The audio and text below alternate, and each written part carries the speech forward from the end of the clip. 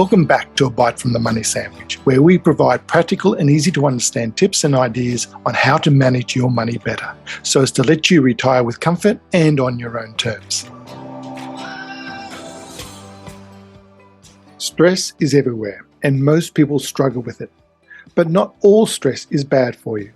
Today, I am joined by Luke Mathers, a top stress expert and performance coach. Luke transforms how people look at stress through his keynote speaking, coaching, and through his 3 books, Stress, Teflon, Curious Habits, and Reset. In this episode, Luke talks about the importance of understanding stress and how to embrace the good, and most importantly, how to stop letting the bad stress stick. He also talks about his new book, Curious Habits, which is all about looking at habits, why we do what we do, and how to change it.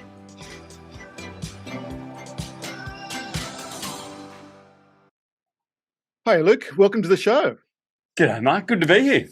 Good. Now, we've known each other for a while, but I actually don't know how you actually got into this stress management, speaking about stress and how to overcome it. So how was it, the book first, or which way was it?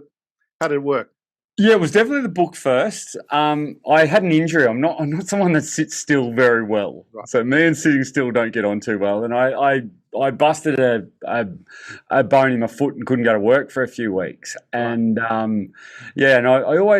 a while I'd had a bit of an interest in evolutionary biology. I just loved the way cavemen did stuff, so we do stuff. And I had some time because I couldn't move much. I had an operation, so I had my foot up in the air and couldn't go. So I thought I'd write a book. I'd been doing research for quite a while before this because I've got a bit of an interest in mental health as well. I help people with mental health and do mental health first aid and stuff like that. And I think stress is one of the things. If we can get better at handling that, I think all of our mental health will get better. And a lot of the interest in this started with me. I went to the doctor, I went to my GP, and I had what I now call top of the mountain syndrome. All right. And as someone that studies finance and stuff, you get this when you have these goals and you set these goals that are quite high. And when you reach them, you go, yeah, righto. What's next? Yeah. Have you found that with some of your clients and yourself at different times? Absolutely. I think there's too many of them, and understandably, they see me because I'm a financial advisor, or was a financial advisor. That's just the financial goal. But once they've sort of got that, well, hang on, what's next? And realize, we've talked before, the whole Maslow's pyramid. Is it? There's got to be more than just the money to that. And so I think it really does throw a lot of people trying to work out, what am I really put on this earth for? And it wasn't just to live a comfortable lifestyle. Yeah, and that's kind of what it was. I went to the GP, and my business was making more money than I knew what to do with. My wife was good, my daughter was good, my health was fine, but I was just kind of just languishing a little bit, and not really sort of I was still doing all the things I wanted to do, and I was still exercising and riding and surfing and all the things that I love, but I was just languishing a bit, and I explained this to the doctor, and he asked 2 or 3 really uninsightful questions, and then gave me a prescription for Lexapro, which is kind of like Prozac. All right, and I started taking them, and about 2 or 3 weeks later, I just felt a little bit brighter and a little bit chirpier. It wasn't like I was down or anything in the first place, but I felt better. And I've gone, wow, what are these tablets doing? And it just sent me down a rabbit hole of what serotonin is and what all of these little neurotransmitters and stuff are that go on in our body, and why it's so important to actually work out ways to produce them yourself. So I talked to the doctor and said, look, I'm not going to take these anymore. I'm just going to put my heart and soul into what I'm doing. And the moment I did that, the moment I made a critical decision to put my heart and soul back into the things that I really enjoyed, I wasn't languishing anymore. And funnily enough, my business got even more successful and everything got better. So it kind of made me think that perhaps goals are awesome and we need goals, but I think they sit a run or two under our hierarchy of goals. Yeah. And that's kind of what I teach people now in my coaching and from stage and in the workshops that I do, how to get really clear about what your hierarchy of goals are. Okay. And that's one of the things, and you were saying about, it was such an easy thing just to flick to the drug solution for your situation. And that's actually, I love going to America. I went to America probably 15 years in a row, and you hear from some amazing people, the best speakers, usually the best speakers. But for all that, you only have to walk into any grocery store and just see the walls of pills that they have for everything. There's some chemical to fix everything. And I really don't want Australia to get that way. And it's just, I think you're right. Some doctors will just flick that switch. Yep, take this, that'll be fine. But gut health and all these other things we're seeing must be better. You can't hold them sort of, they're responsible for it a bit, but they're just trying to help. You know what I mean? He didn't see there was much of a downside. There wasn't too many side effects to these things and stuff like that. And you could probably argue that a bit. But he was just trying to he had to feel like to him he had to do something that was helping. And that was what he did. And it really did help me, but I'm not sure everyone else is that curious and will go looking into what the medication does and then how to do that naturally and all of that sort of stuff. And that's kind of one of the things I'm trying to teach people in the work that I do now. So you've written a couple of books now. Written three. Three, okay. So which one was the first one? Was it Curious Habits or? No, Stress Teflon was the first one, how to make stress not stick. Okay, and then do you want to tell us a bit about that? That was one that that was very much come straight after that episode with the doctor and hurting my foot, that it was like, that stress is really good for you. If you don't have any stress, you don't fire up, you don't enjoy things. You think about most things that are fun in your life. I love surfing and golf and even riding. It's kind of stressful when you're going downhill really fast and all of that sort of stuff. But stress and excitement are right next to each other, and we like excitement, but we don't like stress. But the biology of them are actually really similar. Yeah. And one of the differences, the biology of excitement is really short-lasting, whereas the biology of stress can stay in there longer. And I guess that's what we've got to work out. We've got to be able to embrace the stress when it's helping us and let it slide off when it's not. And that's kind of what I tried to teach in my first book, Stress Teflon. And it is so true, because I did hear a talk once before on how a certain amount of stress is absolutely good for you, just not too much stress. Oh, it's essential. Yeah. You look at all the good things in life. Falling in love. Is there anything more stressful than falling in love? That's horrendous. But who'd want to take that away from anyone? Yeah. You got kids, Mark? Yes. Yep. 2 daughters. And no way, if you're avoiding stress, would you have one of those little bastards? They're stressful as hell. You wouldn't do it. No. But yet they're some of the things that give us our most meaning in life. So, stress is everywhere. It's all over the place, and we need it. It's really, really important, because nothing good happens without some stress. And we've got to learn how to embrace it, but then also get rid of it before it becomes too toxic. And you're talking about going back to the caveman days and how we replicate so much of that. There's nearly stress, which has that negative compared to the excitement, which is positive. Anything positive from a financial point of view, we would, if we were to say, put this sure bet, $10. If you put $100 down, you're going to sure bet it's going to get $10 back. Well, I'll think about it. But if you say this actual $100 bet is guaranteed to lose you $10, you'll absolutely act on it straight away. Loss aversion, negative. Loss aversion's massive, isn't it? Absolutely huge, yeah. Yeah, some of the work by Daniel Kahneman and Amos Tversky was just amazing with that, how that they really did find that we're much more driven by avoiding losses than we are of finding gains. And from a caveman point of view, that makes sense. If you're sitting in the bush somewhere and there's a little rustle over to the side, and that might be a prehistoric rabbit that could be dinner, great. If you catch it and you've got dinner, wonderful. But if you lose it and don't get dinner, that doesn't matter. If it's a tiger and you don't take any notice of it, you're dead.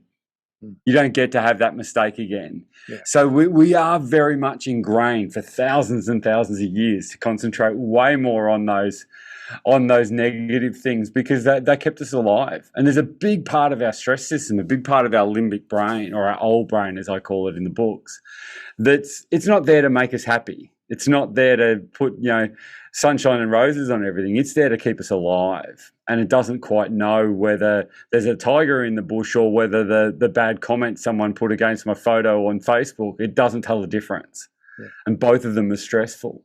But we've got to learn to put that sort of stuff in perspective. And the more and more I was helping and coaching my clients, and now especially doing a lot of the money coaching now, far more of it is about getting the headspace right, because the numbers are pretty easy. That's pretty straightforward. It's the numbers, it's long term, it's getting a good interest rate, and that will look after itself. But actually getting people to act, getting them to understand money is an emotional topic, the feeling of envy, the feeling of greed, and just even from what you talk about, the feeling of stress, more relationships due to money stress, due to arguing over money, marriages, wrecks relationships. So, you must see it. And, talking about stress, money stress or financial stress, you must see that all the time. Yeah, it really does. And a lot of it's very much driven by fear, driven that particularly when you start talking about people in the second half of their lives, that they're very, very scared of running out of money. To run out of money would be horrendous. And for most people, that's not such a big problem. We've got a government that looks after us. We have superannuation and things like that, which has been compulsory for a while now. And so, we might not be able to live in exactly the same way that perhaps we do now, but as we get into our 70s and 80s, we probably don't spend as much money. We don't spend as much money anyway because we're not able to. But you're right, that fear of running out is a big driver, and it can often. I read a book recently called Die with Zero, and this book was amazing. It basically talked about how for so many people the graph of their net wealth peaks about 5 years before they die. So we're so adverse to running out of money and the negative of that we want to save and save and save and make more and not actually spend it on enjoying our life while we're fit enough and well enough to do it. And by the time we realize that we're not going to run out of money, we're often run out of health and run out of vitality and run out of the ability to actually enjoy our lives. Yeah, there was always when I do coach a lot of pre-retirees, that's a big part of it, because and we've had this conversation before where a lot of people, when you're sort of saying about that, they have that 5 years before they pass away, that their peak, because they are thinking about, well, I need to leave money to my children. I need to do this. I need to leave an inheritance. I need to do this. No, absolutely. You should, I believe the ski method, spend kids' inheritance. Yes, you can help them with their initial, maybe a deposit, but good education to get them with a good head start in life. But really, you shouldn't be leaving them enough money to buy a house. You should be out there enjoying that money yourself and not waiting till there's a cutoff date. That's when I stop work. Now I'll enjoy myself.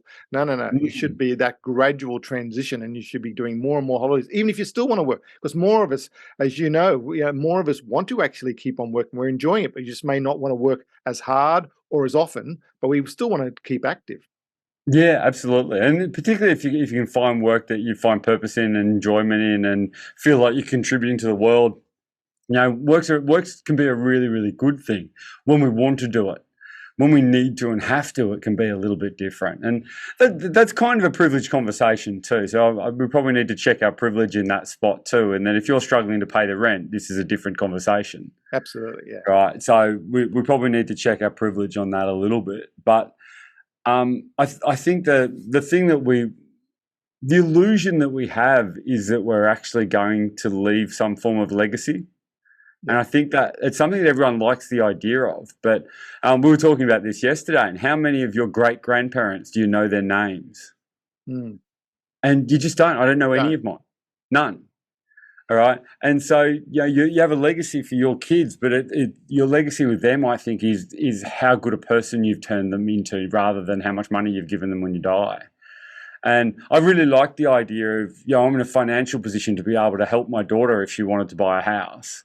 And I would much rather give her some money for the deposit of a house now than give her, a couple of $1 million when I die. Yeah. You know what I mean? I think that's a way better.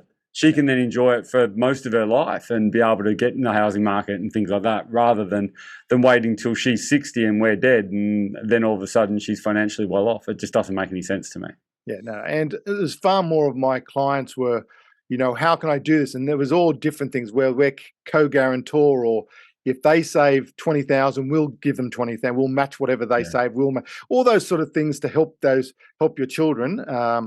especially encourage them, because for especially millennials, it's always been it's the most difficult thing is for them to get into a disciplined savings plan. For a lot of reasons, a lot of different things in the 21st century compared to when the 20th century. So, but anything a parent can do to help them, but even just to give them actually.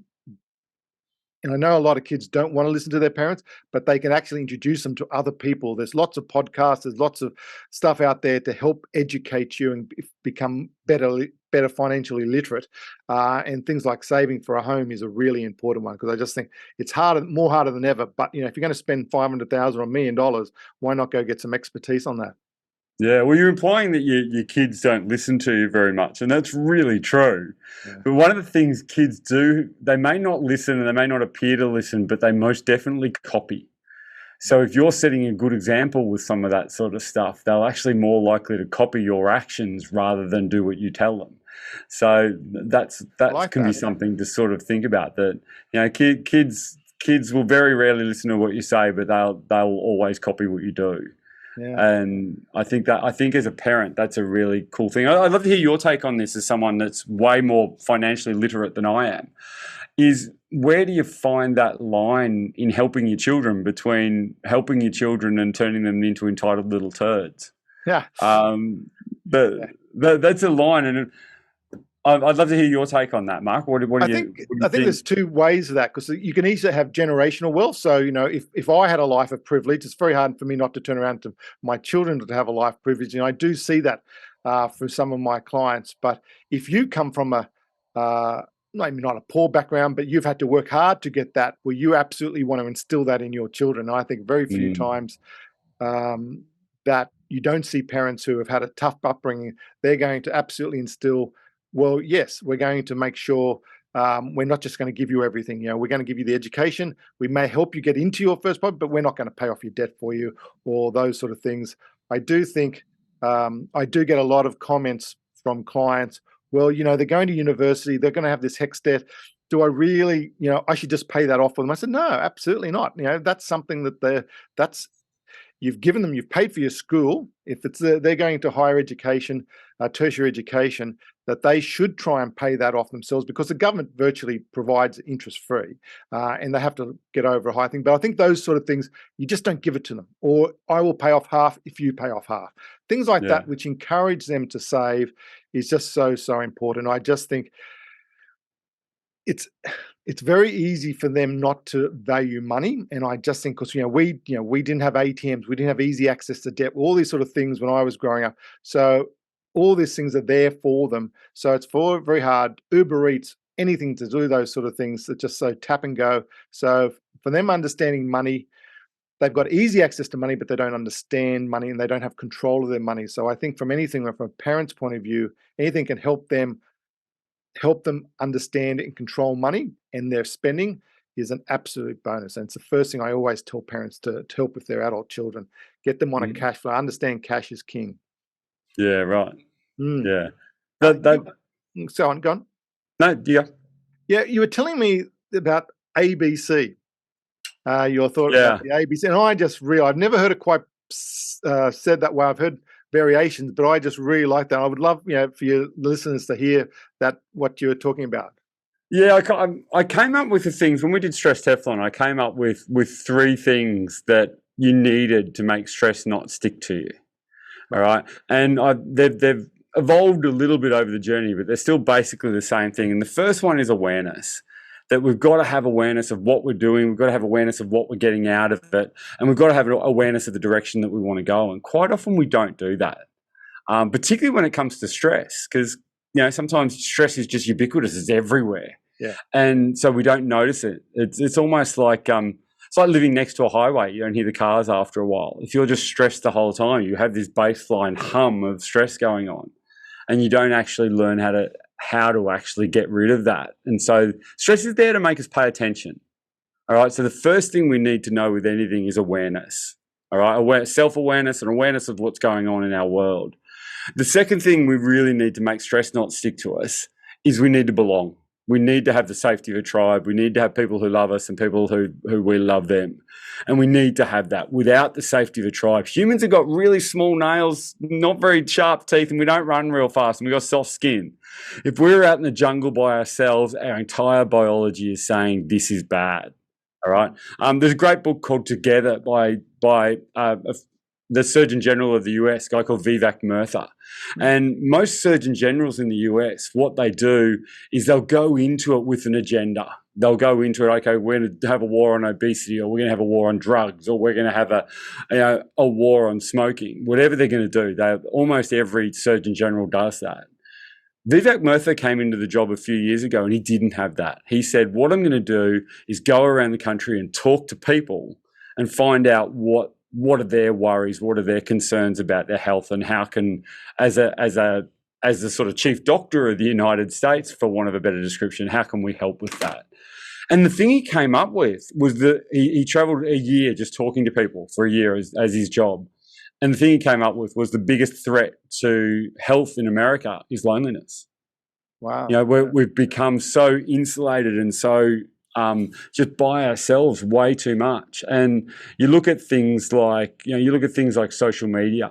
And there's another great book called Lost Connections by Johann Hari. And one of the things he talks about in that, and it really stuck with me, is that social media is to connection what porn is to sex.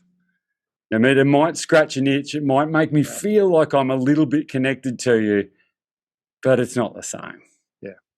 And I think that sort of B of that is belonging. We've got to feel like we belong somewhere. And if we do, stress doesn't stick. And the last one, and I think this one's really important, is that we've got to feel like we're contributing. We've got to feel like there's a cause or some reason why we're getting out of bed and doing the things we're doing. Who are we helping? Who are we looking after? How is the world a slightly better place because you're in it? And I think that's, if we have those three, if we have awareness, we have belonging, and we have that contribution and contribution to a cause, I think those three, life turns out pretty good if you tick those three off. Yeah, I love it. And I'm thinking for especially a lot of people who are pre-retirees and retirees, that's even more important. I know just even off the awareness.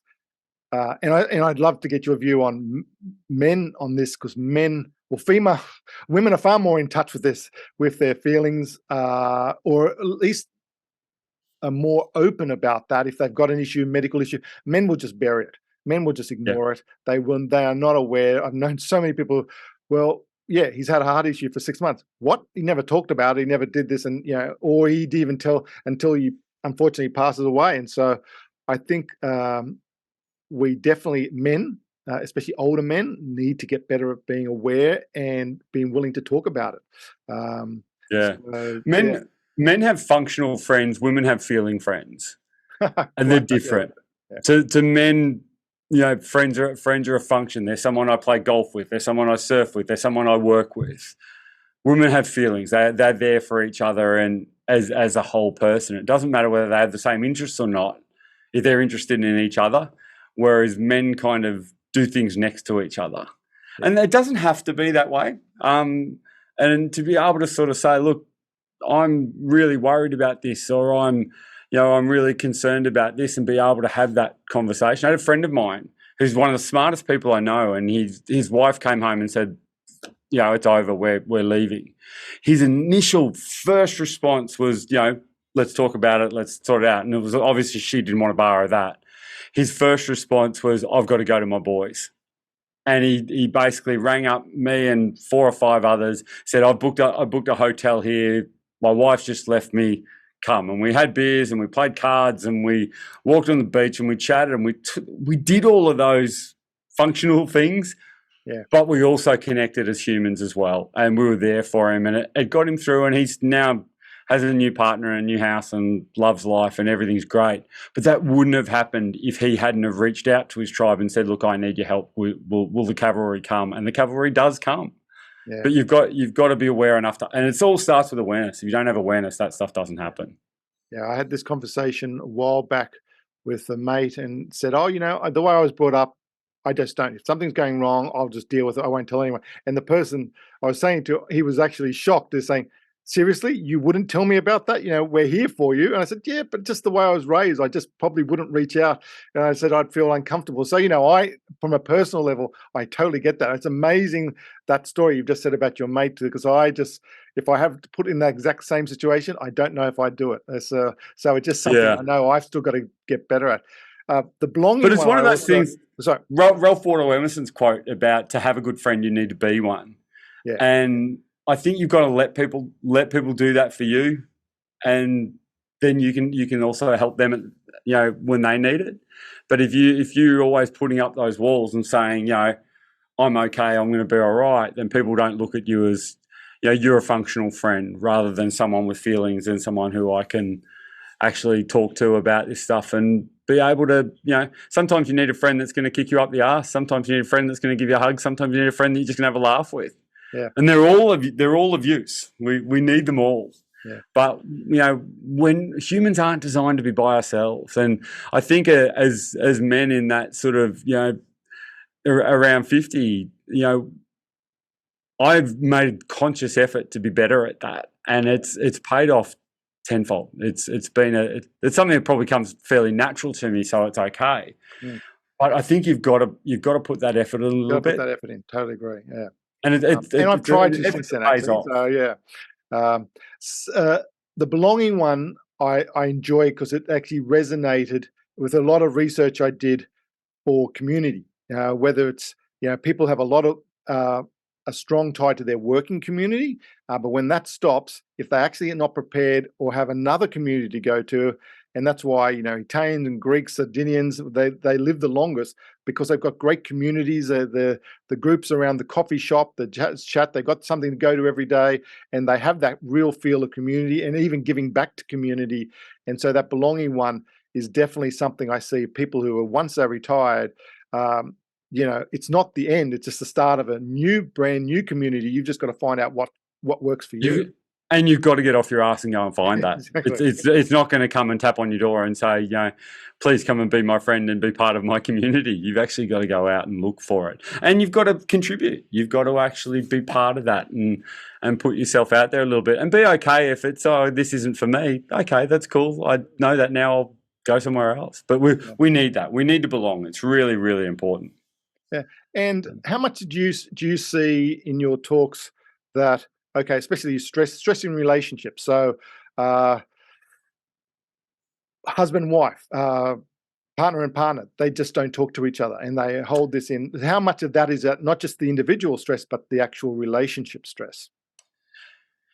Yeah, it's a big question. It's probably a podcast all on its own. That one. Yeah, probably. I think there's an element of that that we've got to be able to, again, like with your friends, you've got to be able to say how you're feeling and be clear about your intentions. I think one of the things about it is that we might crack the shits because you've left your socks on the floor.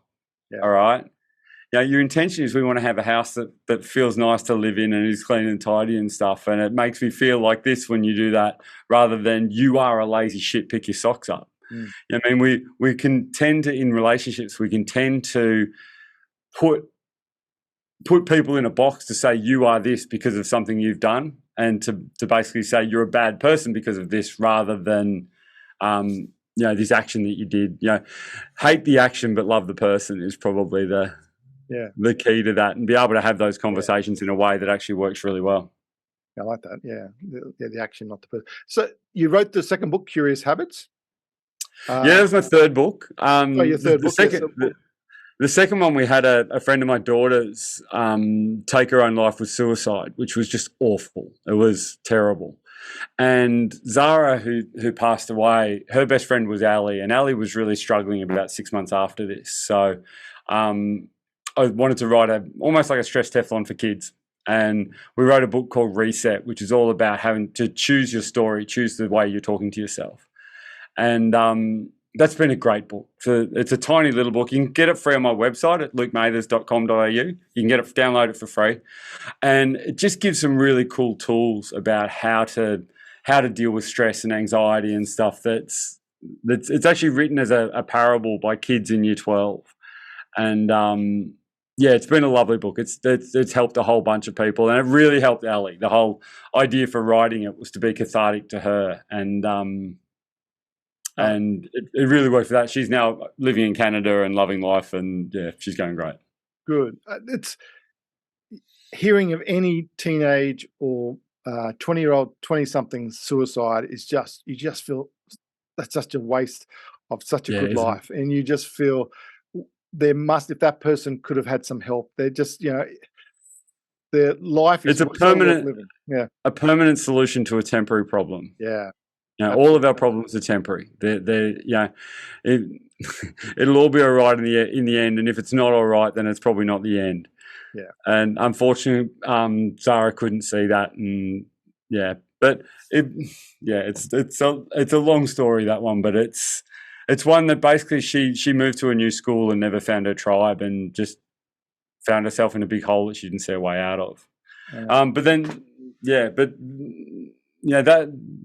it was a tragic thing, but it's helped a lot of people, and I guess if Zara's stories helped some people, then I think that's a good thing. It's a great thing, and I think just even you're providing that as a free book off your website. Yeah, I encourage anyone to help, especially anyone who's got teenage or young children, adult children. Yeah, that just, I think the whole world of social media, and it's just, you can't get away from it, and yeah, I just think there's an element of compare and despair with that. Yeah, that we're comparing our lives that have, washing to do and all of those ordinary things that just happen in life. We're comparing that to someone else's highlight reel, and it's always going to come out not as good.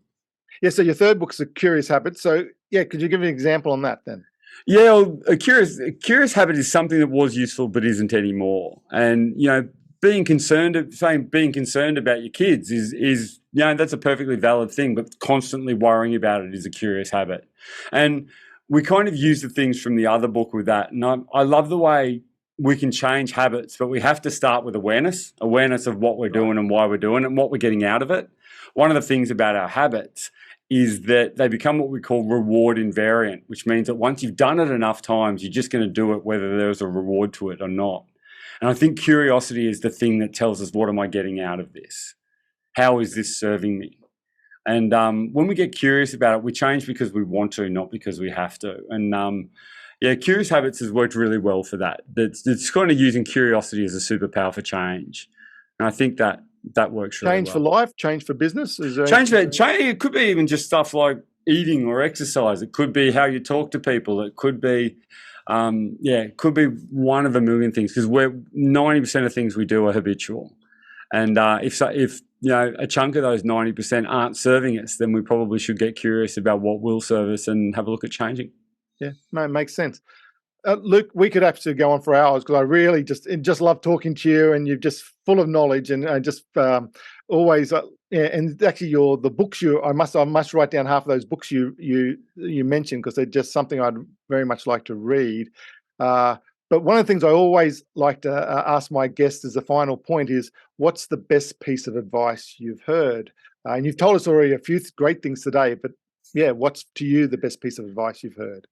Yeah, I think the biggest one for me is to ask yourself, is the world a better place because you're in it? Right. And if the answer is no, do something positive, do something to help someone. And if the answer is no, probably think again, because you're not looking at it properly. If the answer is still no, go out and do something to contribute. Go out and help someone. Go out and do something good in the world. And do it because you want to do it, not to feel good about yourself. But the offset will be you'll feel good about yourself too. Yeah. So many of us, everyone can contribute. Everyone is probably contributing, but I think for a lot of people, it's a really hard thing to actually see it sometimes for themselves, and that's where the stress, depression. Mate, it's just great talking to you. I've really appreciated you being on the show, and we'll put links to your website, because if anyone wants a speaker or a coach or for their work, you're just brilliant. So appreciate you giving us your time today, Luke. Always a pleasure, buddy. Good to see you, mate. Good to see you.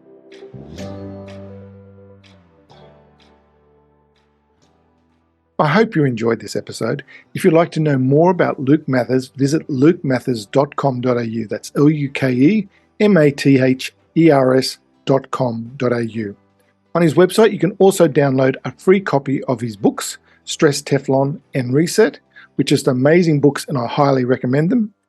Or feel free to email me on admin@themoneysandwich.com or visit our website, themoneysandwich.com, if you have any questions or will want to learn more.